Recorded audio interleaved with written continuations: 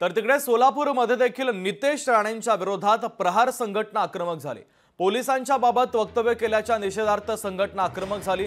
पोलिसांच्या समर्थनार्थ प्रहार संघटना आता मैदानात उतरलेली आहे। राणेंच्या विरोधामध्ये पोस्टर लावत घोषणाबाजी देखील करण्यात आली। महत्त्वाची बातमी, सोलापूरमध्ये देखील नितेश राणेंच्या विरोधात प्रहार संघटनेने आक्रमक भूमिका घेतलेली आहे।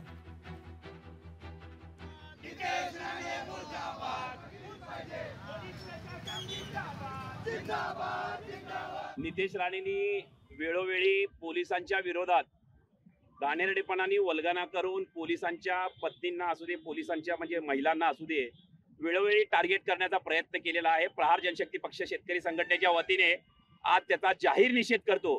पोलिसांच्या फौजफाट्यामुळे प्रत्येक मंत्री, संत्री, मुख्यमंत्री असतील, साधे आमदार, खासदार सुद्धा पोलिसांचा फौजफाटा घेऊन फिरतात आणि वेळोवेळी पोलिसांच्या बाबतीत ही जी अशी चुकीची वल्गना करायची त्याच्या निषेध आंदोलन म्हणून आज प्रहार जनशक्ती पक्ष शेतकरी संघटनेच्या माध्यमातून आमची सर्व टीम घेऊन त्यांचा जाहीर निषेध आम्ही करत आहोत।